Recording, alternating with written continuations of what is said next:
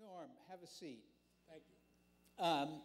We wrote this book, The Knack, and really the basis for it and the premise is that you've, in your long career, 30-year career as an entrepreneur, you've noticed that different entrepreneurs, the other people you've met, have certain things in common. And tell us what exactly we mean by The Knack. Well, what happens is we all make the same mistakes. Most entrepreneurs, when they start out knowing basically nothing. I don't want to insult. How many people are educators in the room? Only 6 of you raise your hand. I met 10 of you. So I'll try not to insult everybody in the room. But anyway, most of them start out, they have a college education or better. They've never been an entrepreneur in their whole life. And they make the same basic mistakes. And so we wrote The Knack to try to show you those mistakes so you don't have to make them. And we talked about before I ran successful businesses. But the first business I started, I built from 0 to 12.7 million in 5 years. And in the next 3 years, I took that business 12.7 million to $120 million. So from 0 to $120 million in 8 years. That's impressive, right? And then from $120 million to 0 in 8 months. It wasn't funny then, it isn't funny now. But what happened was I had the ability to sit down and try to find out what I did wrong. And that was really part how this all started. I knew that I did something wrong. And if I could learn from my mistakes, I wouldn't make the same mistakes over and over again. You know, I call it the Groundhog's Day syndrome, when you repeat the same mistakes over and over again. And most of us, that's what we have the ability to do. That's what we do, is we repeat the same mistakes over and over again. And one of the tricks that I learned is that you have to take responsibility for your mistakes. And I learned that from my daughter, who's now a lawyer, and she's 25 years old. She taught it to me when she was 12.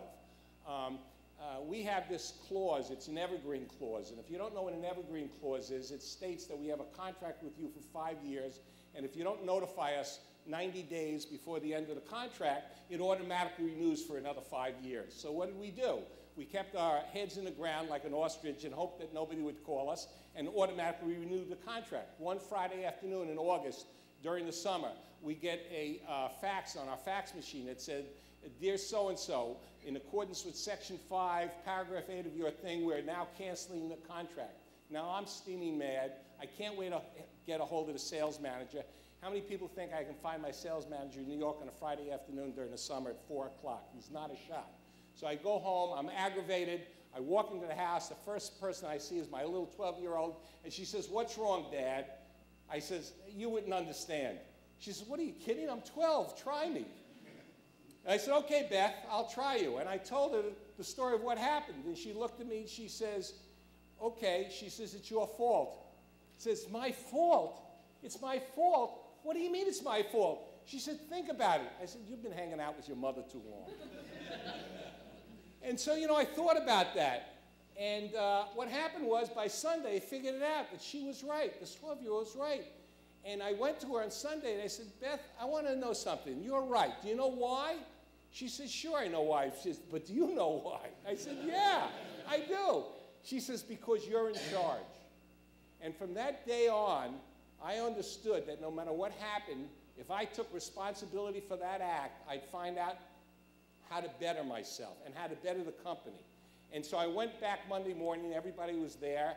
I emailed everybody. They thought they were going to have their heads chopped off. I walked into the room, 6 people in the room, and I said, "I made a mistake. We have to notify our clients a year beforehand." And what we discovered a year beforehand was that we had problems, and we had a whole year to correct them. And that company, which I sold, by the way, in January for $110 million, had a 99% customer retention rate from that day on. 99% customer retention rate. That's how we built that business, from a comment from a 12-year-old, and a lesson that I learned. So, Norm, by taking responsibility, I mean, here you basically run your first company after building it to $100 million in sales into the ground. And once you took responsibility for that, what exactly did you learn?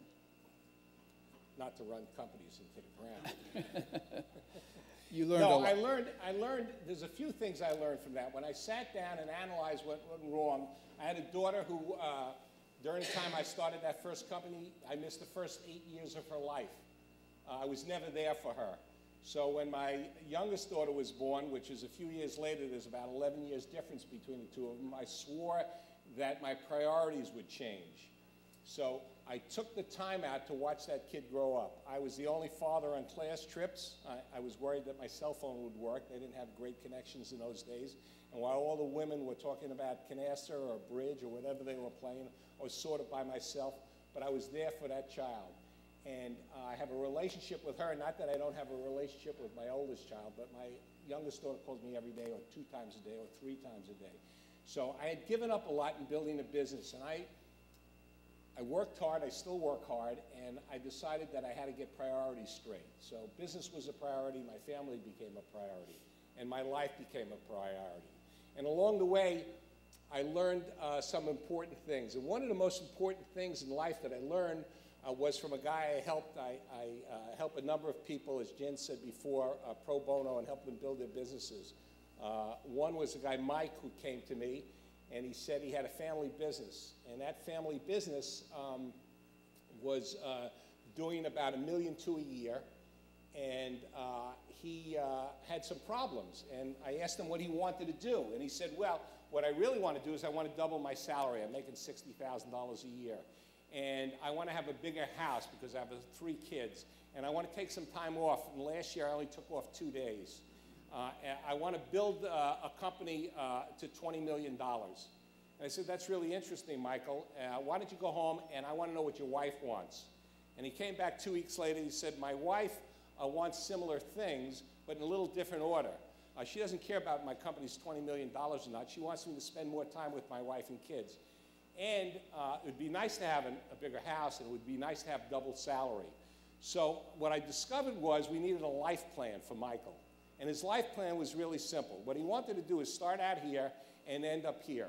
He wanted to spend more time with his kids. He wanted a bigger house and higher salary. Then we looked at his business plan. What would it take him to get from here to here? Well, if he started out here and wanted to go from 1.2 to $20 million, his business plan and his life plan would never meet. And he wouldn't need a bigger house because he probably wouldn't have a family if this was all done. He was working every day but 2 days a year. So we built Michael's business plan around his life plan, and we discovered he only needed to build his business to $5 million. And that's what Michael did in 5 years. And when I saw him 6 years after the first time, is he shut his cell phone off during the weekends. He had taken off 3 weeks that year. He had a bigger house and bigger salary. And so when I walked into my house, and I learned from my family most of the time, my wife says, that's great. You set up somebody's life plan. How about us? We don't have a life plan. And so it wasn't funny. and what happens was I set up a life plan. And I set up 2 life plans. One with my spouse over a long period of time. We set up in those days a 10-year plan. Now as I get older, it's a 5-year plan. And one was a plan for myself for the year. And so just to give you an idea, that plan I set up, that 10-year plan took me about 15 years to achieve. It was to live in 4 different places. It was to write a book. And a few other things that I've accomplished, and my plans have changed since then. And my yearly plan was to lose weight and to fish more and to do other things. And it took me 1 year at a time, about 10 years to even achieve that. So if you write down your business plan, how many people have written business plans of the entrepreneurs here? How many people have written life plans? Written 1, 2. That's pretty good in this audience, 2 out of everybody that's sitting here. If you learn nothing else from tonight, is get a life plan and write it down somewhere. Because if you write it down, your chances of succeeding are much greater.